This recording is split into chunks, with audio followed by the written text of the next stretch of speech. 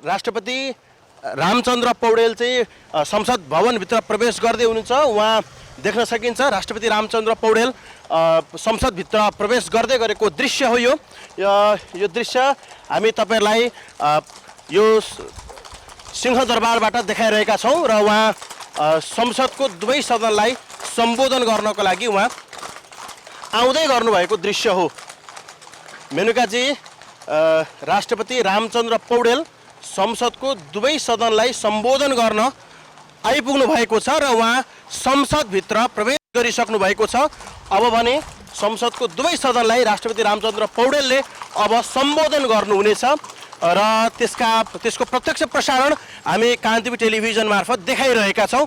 अबको पालो भनेको संसद अधिवेशनतर्फ संसद भवनतर्फ हामी लैजान्छौं।